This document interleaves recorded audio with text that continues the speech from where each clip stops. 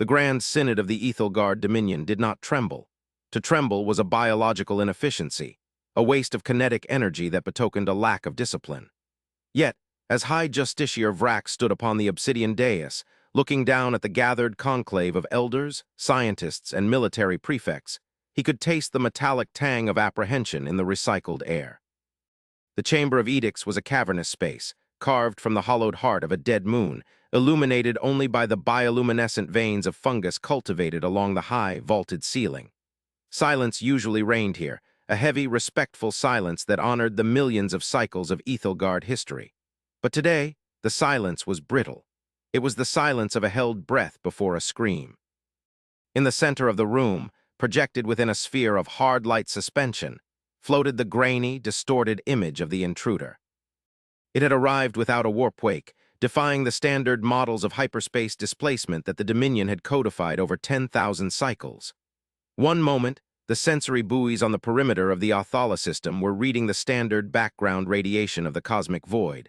The next, a shadow had materialized, blotting out the light of distant stars. It was not elegant. It possessed none of the sweeping curves or pearlescent hulls that characterized the ships of the Dominion or their neighboring rivals.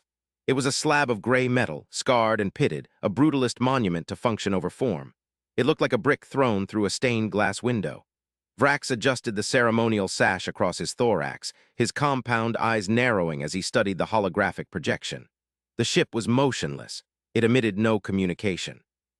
It simply hung there, a dark stain against the tapestry of the void, waiting. Below the dais, Prefect Kalen, the highest-ranking military strategist of the Dominion, stepped forward. His carapace was polished to a high sheen, reflecting the anxious lights of the chamber, but his mandibles twitched with a nervousness he could not entirely suppress. He gestured toward the projection, his voice amplified by the acoustics of the chamber, echoing with a gravity that demanded attention. He spoke of the impossible arrival, of the lack of propulsion emissions, of the sheer, daunting mass of the object. He described it not as a ship, but as a moon forged of alloy and defiance. The gathered elders murmured, a sound like dry leaves skittering over stone.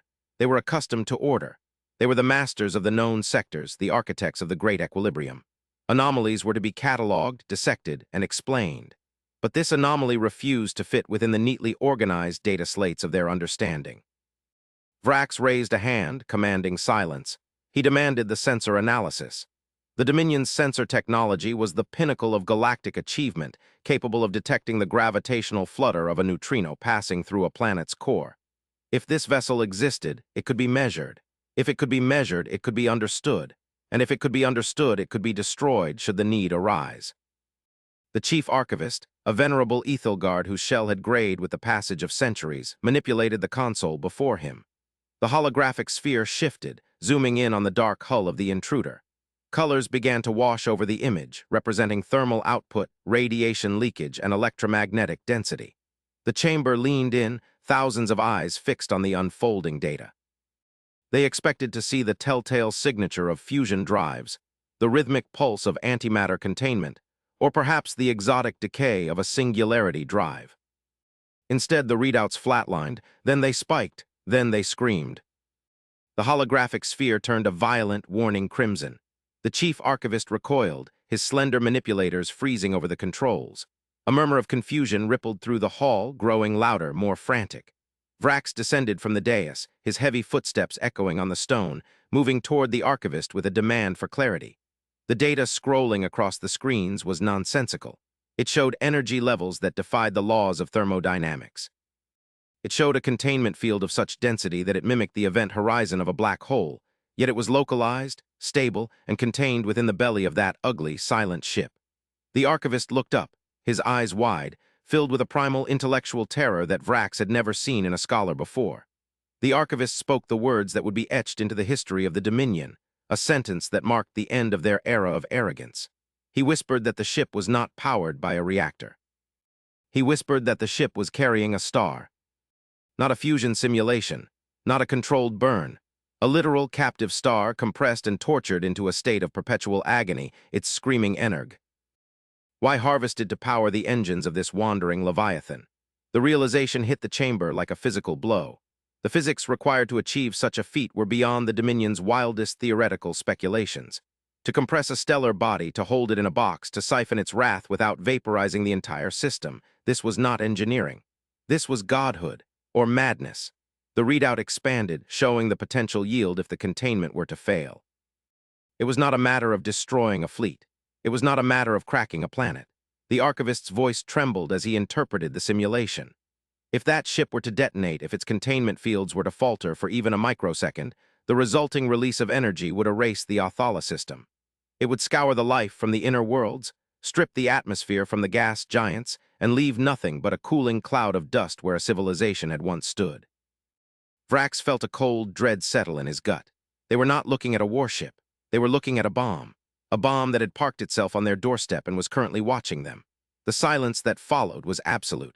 The arrogance of the Dominion, built over millennia of unchallenged superiority, evaporated in the face of that crimson reading.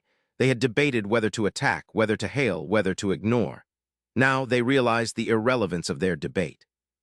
They were standing in a room filled with gasoline, and a stranger had just walked in holding a lit flare. The question was no longer about victory. It was about survival. The Dominion was doomed, not because they were under attack, but because they were in the presence of a civilization that treated the fundamental forces of the universe with the casual disregard of a child playing with fire. A signal pierced the silence. It did not come from the Dominion's communication buoys. It bypassed their encryption protocols, their firewalls, and their translation matrices with insulting ease. It bloomed directly into the central holographic projector, overriding the sensor data. The image of the ship vanished, replaced by a static-filled void that slowly coalesced into a face. It was a flat face, soft-skinned, lacking the protective chitin or the multifaceted eyes of the Ethelgard. It was a human. The creature looked tired. Deep lines etched the skin around its eyes, and the corners of its mouth were turned down in an expression of weary patience. It wore a uniform of dark, unadorned fabric, devoid of the intricate heraldry that adorned the chests of the Dominion's military caste. Behind the figure, the background was dim, lit by the flickering amber of analog displays. It looked low-tech, almost primitive, a stark contrast to the terrifying power reading they had just witnessed. The human spoke. The translation software, scrambling to interpret the unknown linguistic root, finally spit out a synthesized voice that echoed through the Chamber of Edicts. The voice was calm. It was terrifyingly calm. It did not sound like a conqueror delivering an ultimatum. It did not sound like a diplomat begging for parley. It sounded like a tired shift supervisor explaining a safety violation. The human identified himself as Admiral Vance of the United Terran Coalition vessel Hephaestus. He apologized for the intrusion.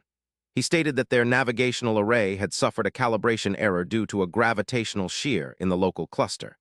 He assured them that they meant no harm and would depart as soon as their singularity drive. He used the term casually, as if referring to a combustion engine, had cycled down and recharged. Vrax stared at the image. The casual admission of the singularity drive sent a fresh wave of panic through the archivists. The human was apologizing for parking a supernova in their living room. The disconnect between the creature's mild demeanor and the apocalyptic power at his fingertips was jarring. Vrax stepped into the capture field, his voice projected back to the human ship. He tried to muster the authority of the High Justiciar, to project the strength of the Dominion, but he knew, deep in his thorax, that it was a performance. He demanded to know the nature of their vessel. He demanded assurances that the containment would hold. He spoke of the safety of the Othala system, of the billions of lives that hung in the balance of the human's technology. Admiral Vance listened, his expression unchanging. When Vrax finished, the human nodded slowly. He did not boast. He did not threaten. He simply tapped a command on his console and transmitted a data packet. The archivist received it, and the holographic sphere exploded with information. It was not a weapon schematic. It was a history, a brief, condensed history of the Terran species. Vrax watched as images flashed by. Primitive wars fought with kinetic slugs, the splitting of their own atom which they used first for death and then for power, the burr. Ning of their own homeworld, the desperate exodus into the stars. The narrative was not one of glorious conquest, but of survival through endurance. They showed their failures, their near extinctions, their reckless pursuit of knowledge that often cost them dearly. They showed the creation of the Hephaestus, not as a warship, but as an ark, a vessel designed to survive the hostile dark between galaxies. The data revealed why the ship was so ugly, so heavily armored. It wasn't built to deflect laser fire. It was built to withstand the shearing forces of the event horizons they harvested. It was built to hold the monster they had caged. The scanning teams in the chamber below began to weep, a series of clicking, high-pitched sounds that signified extreme distress in the Ethelgard. They saw the engineering margins. The humans operated with safety tolerances that the Dominion would consider suicidal. They rode the edge of catastrophe as a matter of routine. They were a species that had looked at the impossible energy of a collapsing star and decided to strap an engine to it. Admiral Vance spoke again. He invited a delegation. He sensed the fear. The Dominion's sensors were likely an open book to him, and he offered to bring them aboard to show them the containment to prove that the beast, as he called it, was asleep. It was an insane offer. To board that vessel was to walk into the heart of a volcano. Yet Vrax knew they had no choice. To refuse was to show weakness, and more importantly, they needed to know. They needed to see the face of the doom that had arrived in their sky. Vrax accepted. He selected Prefect Kalen and the Chief Archivist to accompany him. They would take a diplomatic shuttle. They would ascend to the monster. The journey from the moon base to the Hephaestus was a silent agony. The shuttle, a sleek teardrop of white ceramic, looked like a toy as it approached the Terran Leviathan. Up close, the human ship was even more terrifying. The hull was a patchwork of repairs, welded plates of different alloys, scars from micrometeoroids, and scorch marks from unknown energies. It hummed.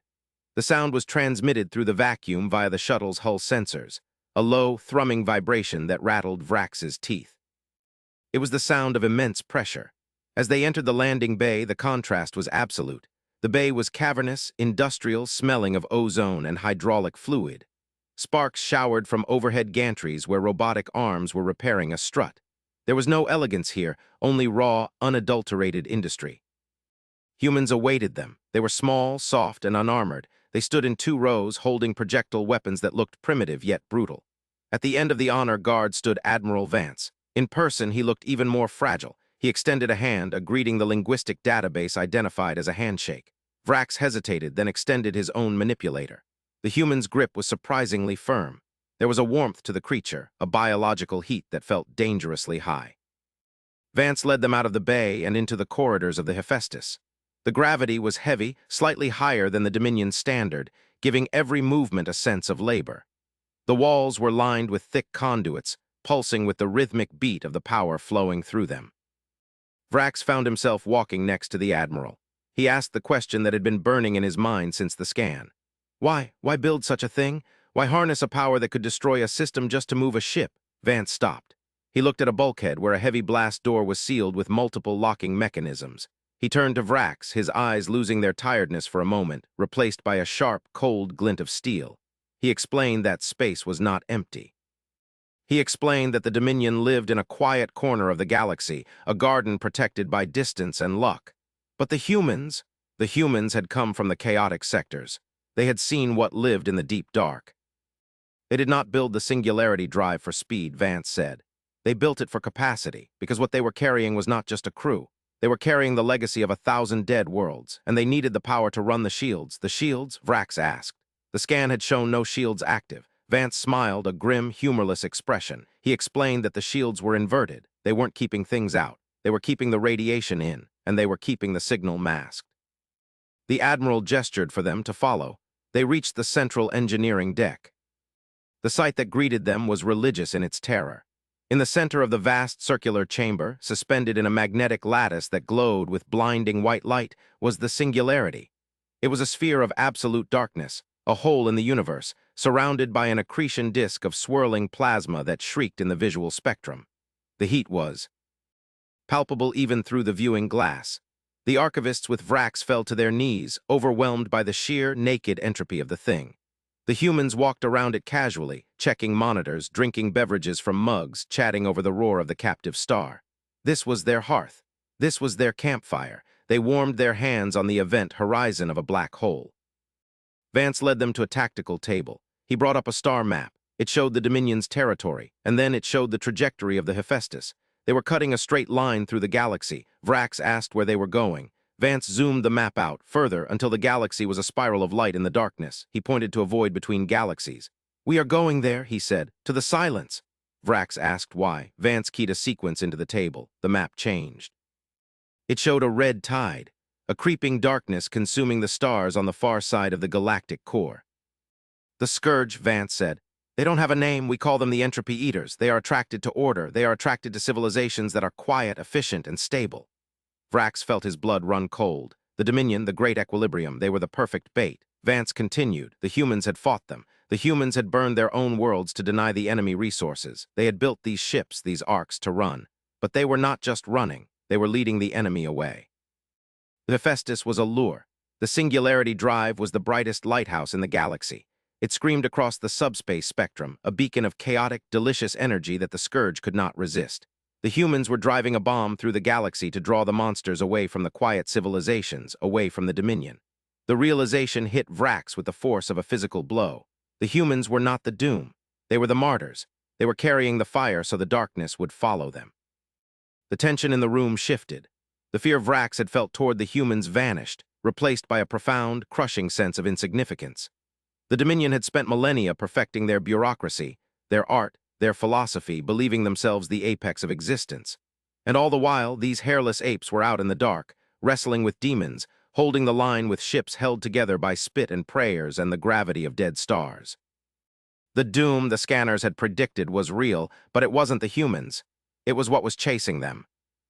Vance looked at Vrax.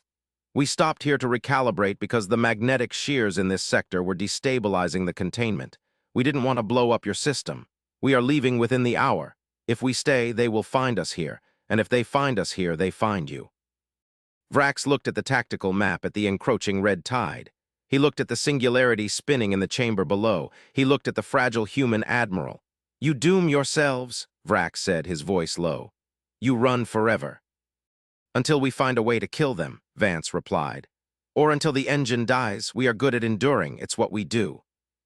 The alarm klaxons blared, not the amber warning of a malfunction, but a harsh, rhythmic crimson alert.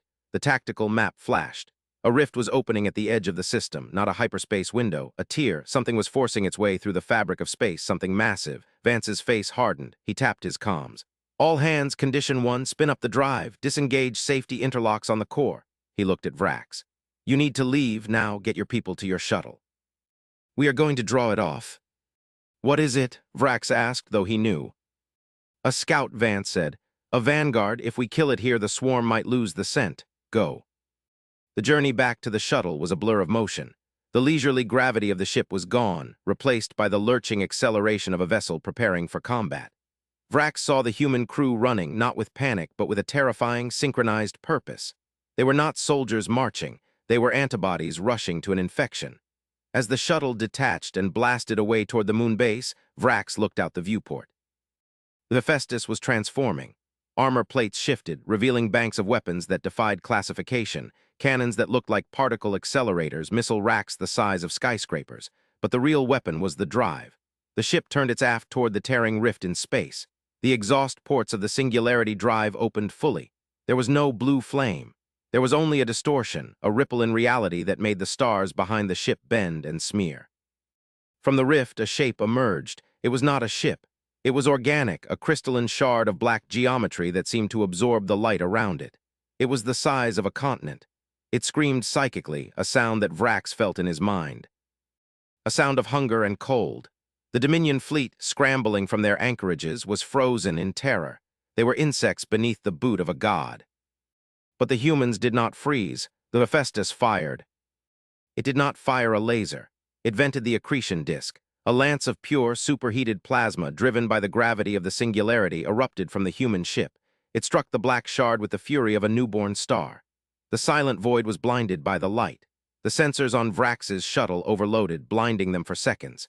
When the filters reset, the black shard was shattered, its crystalline form melting into slag. But the Hephaestus was moving. It was accelerating directly into the rift, into the path where the rest of the swarm would follow. Vrax watched the tactical feed from the moon base. The human ship was broadcasting a signal. It was a taunt. A loud, chaotic, broadband scream of mathematical insults and high-energy pulses designed to enrage the enemy. Come and get us, it said. We are the fire. We are the meat. Come and get us. The Hephaestus vanished into the dark, dragging the attention of the cosmic horror with it. The rift sealed. The Othala system was silent again. The High Synod watched the empty space where the doom had been. They stood in their grand chamber, surrounded by their art and their history and their order, and they felt smaller than they had ever felt in their existence. Prefect Kalen broke the silence. "They are gone," he whispered. "They saved us." Vrax looked at the data pad in his hand, the history the humans had given him. He read the final entry in their mission log. Objective, survive. Secondary objective, protect the innocent. Status, ongoing. "They did not just save us," Vrax said, his voice echoing with a new, somber resolve. "They bought us time." He looked up at the council, his eyes burning with a fire that mirrored the one he had seen in Vance's eyes. "The scan was correct. We are doomed. The equilibrium is a lie. The galaxy is burning, and we have been sleeping in the garden." He activated the main strategic interface. "Mobilize the fleet. Disregard the energy caps. Tear down the safety protocols on the reactors. We must study the data the humans left. We must understand the fire." The archivist stepped forward, trembling. "But High Justiciar, to abandon the equilibrium. It is heresy. It is dangerous." Vrax looked at the empty void where the Hephaestus had stood, a lone candle against the night. "Danger is the price of survival," he said.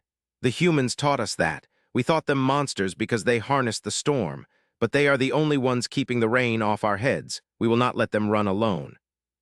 The Council of Edicts erupted into noise, not the polite murmurs of debate, but the chaotic, urgent shouting of a civilization waking up. They began to plan. They began to build. They began to prepare for the war that was coming. And in the center of the holographic display, Vrax projected the symbol of the Terran coalition, a simple, crude rendering of a planet gripped by a gauntlet of iron. It was a warning. It was a promise. Far away in the deep dark between galaxies, the Hephaestus ran on, its hull rattling, its engine screaming, its crew tired and afraid but unbroken. They were the doom of the enemy. They were the hope of the galaxy. And as Vrax watched the stars, he offered a silent prayer to the monsters in the metal brick. "Burn bright," he thought. "Burn bright, and may the void tremble before you." The scan had said they were doomed, and they were. But for the first time in 10,000 years, the Ethelgard Dominion decided that they would not go quietly into that doom. They would go screaming, with fire in their hands, just like the humans. The weeks following the departure of the Hephaestus were a blur of upheaval for the Ethelgard Dominion. The social order, once rigid and immutable as the strata of their homeworld, began to fracture under the weight of the revelation. The footage of the human ship, its brutal architecture, its terrifying engine, and its casual obliteration of the Void Scout, was broadcast to every colony, every outpost, every hab block. It was impossible to suppress. The archivists had tried to classify it, citing mass panic, but Vrax had overruled them. "Let them panic," he had said. "Panic is energy, complacency is death." The panic did come, but it transmuted quickly into something else: industry. The Dominion was a civilization of immense capacity, merely dormant. Once the parameters of the threat were understood, the gears of the Ethelgard war machine, rusted by millennia of peace, began to turn with frightening speed. The shipyards of Othala Prime, previously dedicated to the construction of luxury cruisers and scientific vessels, were retooled. The sleek, curved aesthetics of Ethelgard design were abandoned. There was no time for art. They needed armor, they needed guns, they needed to replicate the madness they had seen in the human engine room. Vrax spent his days in the Hall of Integration, a facility where the Dominion's top physicists were attempting to reverse engineer the data packet Admiral Vance had left behind. It was a frustrating process. The human math was chaotic. It relied on intuitive leaps and approximations that offended the Ethelgard's sense of precision. "They round down pi," one physicist complained, his antennae twitching in horror. "They treat gravitational constants as variables." "Does it work?" Vrax asked, looming over the scientist's shoulder. "Theoretically," the physicist admitted. "But it is unstable. If we build a reactor based on these principles, it will have a 4% chance of critical failure every cycle." "The humans accept those odds," Vrax grunted. "Build it. Reduce the failure rate if you can, but build it. We need the output." The cultural shift was even more profound. The Ethelgard had always viewed themselves as the elder race, the caretakers of the sector. Now they looked at the stars with paranoia. Every shadow could be a void eater. Every silence could be the precursor to an invasion. The image of the humans, fragile, short-lived, physically weak, haunted the collective psyche. How could such soft creatures bear such a burden? The philosophers debated it in the public squares. Some argued the humans were insane, a species broken by trauma. Others argued they were the next step in evolution, a species that had discarded the desire for safety in exchange for the power to survive. One evening, deep in the night cycle, Vrax received a summons from the Deep Space Array. It was Prefect Kalen. The message was short. "We found something, you need to see this." Vrax took a transport to the Array, a sprawling network of listening posts on the edge of the system. Kalen was waiting in the command center, his face grim. He pointed to a screen displaying a frequency spectrum. "It's a trail," Kalen said. "The Hephaestus, they're leaking radiation deliberately. It's like breadcrumbs." "They want us to follow?" Vrax asked. "No," Kalen shook his head. "They are marking the safe path. Look." He overlaid a map of the local cluster. The radiation trail woven by the human ship zigzagged, avoiding nebulas, gravity wells, and regions of dark matter instability. But it also highlighted dead zones, systems that were completely silent. "We sent probes to these coordinates," Kalen said, pointing to a dead zone. "We thought they were just empty systems. The human data suggests otherwise. They aren't empty. They were eaten." The probe data came up on the main screen. It showed a solar system stripped clean. No planets, no asteroid belts. Even the star was dim, a husk of its former self, drained of its heavy elements. It was a graveyard. The Scourge had been here, perhaps centuries ago, and the Dominion had never noticed. They had attributed the missing mass to natural phenomena. "They have been eating the galaxy from the outside in," Kalen whispered. "The humans are the only reason they haven't reached the core worlds yet. They've been fighting a war of attrition for generations." Vrax felt a heavy weight settle in his chest. "We have been parasites," he said bitterly, "living off the safety they bought with their blood." "We can change that," Kalen said. He brought up a schematic. It was a ship. It was ugly. It was blocky. It looked terrifyingly human. "The prototype is ready. The vengeance of Othala. We installed the new reactor. It hums. The crew is terrified of it." "Good," Vrax said. "Fear keeps you alert." "There is something else," Kalen hesitated. "The human signal. It contained a sublayer, an audio file. We just decoded it. It wasn't for the enemy. It was for us." He played the file. The voice of Admiral Vance filled the room, crackling with static. "If you are listening to this, we made it to the next waypoint. If you aren't, well, it doesn't matter. Look, we know we scared you. We know our ship looks like a nightmare, but you have to understand, we were like you once. We liked clean lines and safe reactors. We liked peace. But the universe doesn't care about your preferences. The universe is a cold, dark forest, and there are things in the trees that are hungry. We became the fire to keep them back, but we are burning out. We can't run forever. The Hephaestus is failing. The hull stress is at 110%. The singularity is getting hungry. We are going to make a stand at the Archeron Nebula. It's a choke point. If we can collapse the nebula, we can seal the rift for 1,000 years. But we can't do it alone. We need mass. We need energy. We need someone to hold the line while we trigger the collapse. We aren't asking you to come. It's a suicide mission, but we thought you deserved to know. End of transmission. The silence in the command center was absolute. Vrax looked at the star map. The Archeron Nebula was 3 weeks away at maximum warp. It was deep in the uncontrolled territories. "It's a trap," a junior officer whispered. "They want to use us as bait." "No," Vrax said. "They are giving us a choice, to remain children hiding under the blanket or to stand up." He turned to Kalen.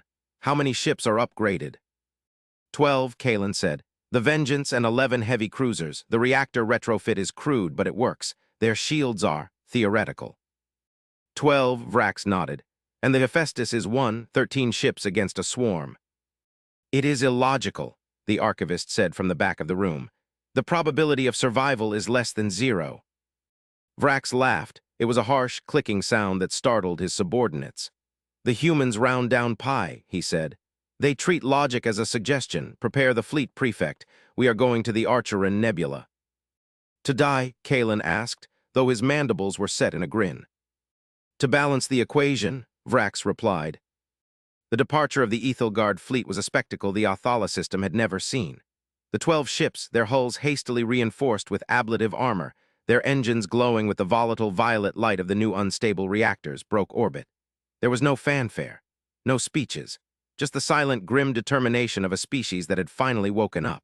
They punched a hole in hyperspace, not with the elegant slide of their ancestors, but with a brute force tear that shattered local windows. They were learning.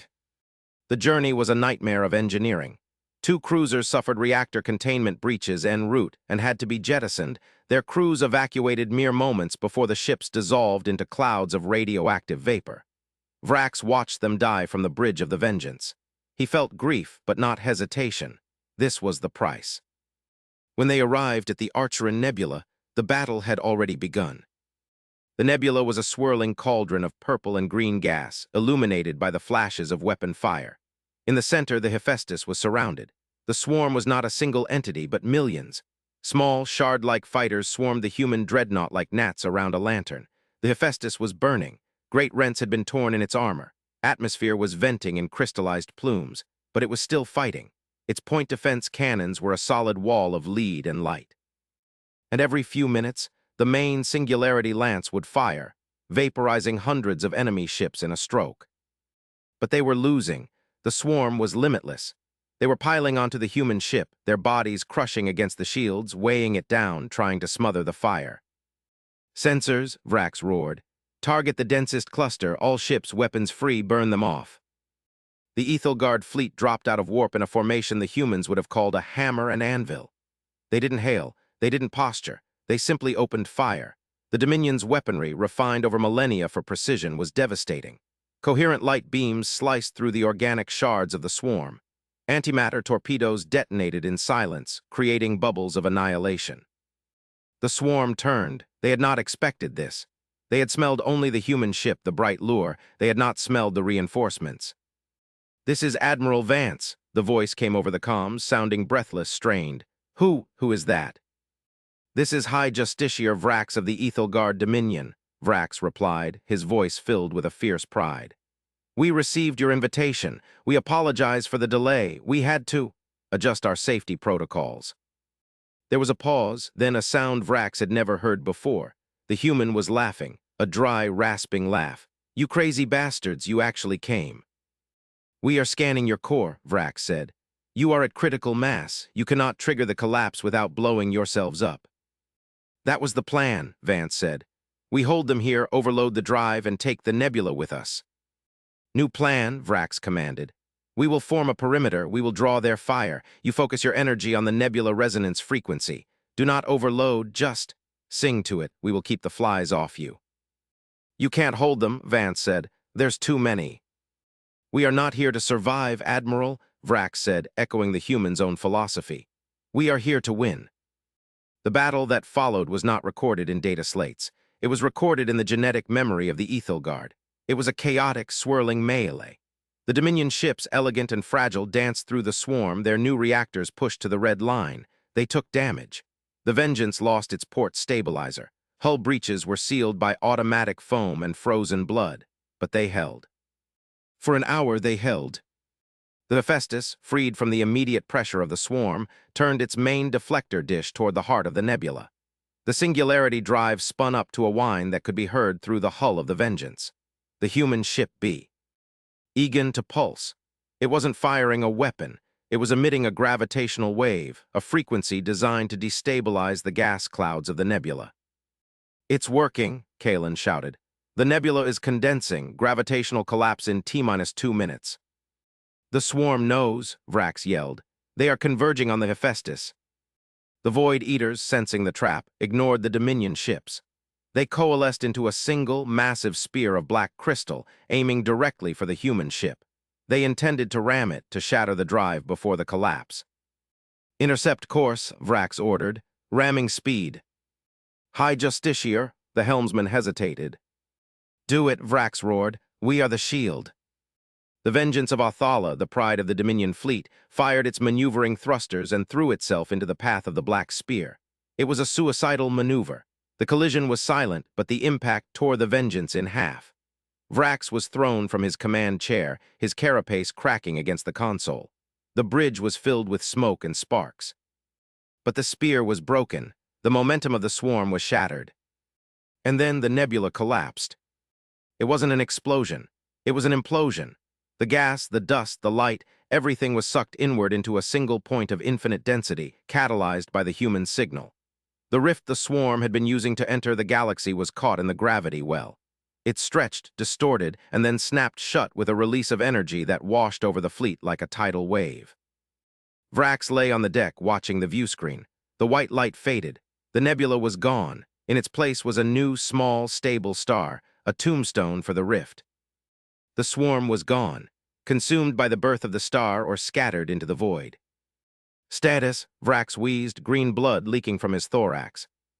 We are alive, Kalen's voice came from the darkness. Life support is on reserves, the ship is a wreck, but the enemy is gone. The humans, Vrax asked. The sensor officer, miraculously still at his post, cleared the static. The Hephaestus is drifting, power levels minimal, but I detect life signs. The comms crackled. Ethelgard vessel, this is Vance, that was the craziest thing I have ever seen. You rammed a void spear with a diplomatic cruiser. Vrax dragged himself back to the comms unit. It was not a diplomatic cruiser, Admiral. It was a warship, we are learning. Yeah, Vance's voice was soft. Yeah, you are. Requesting permission to dock. We have medical supplies, and we have beer. I think you earned it. Vrax looked around his ruined bridge. He looked at his crew, battered, bleeding, but alive. They weren't just efficient administrators anymore. They were warriors. They were survivors. Permission granted, Vrax said, but you will have to explain what beer is, and then you will show us how to build a bigger gun. Deal, Vance said. The unification of the Terran Coalition and the Ethelgard Dominion did not happen in a treaty room. It happened there in the silence of the aftermath, drifting next to a newborn star. The scan had predicted doom, and they had found it. But they had also found something else. They had found that doom could be defied if you were willing to break the rules, harness the fire, and stand together in the dark. The Ethelgard no longer feared the scan. When they looked at the human ships now, they didn't see anomalies. They didn't see monsters, they saw brothers.